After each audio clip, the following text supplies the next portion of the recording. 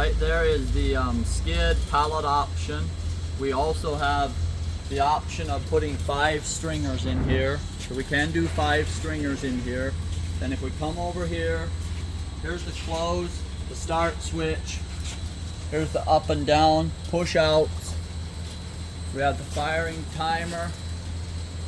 We have the firing timer right here.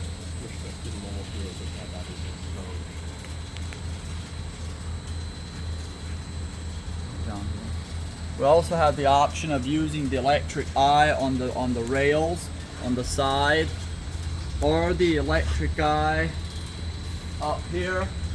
See the green lights. The electric eye up there for the board sensor. The green lights. And if we come over, that set of forks is what does the nesting. The double set of forks.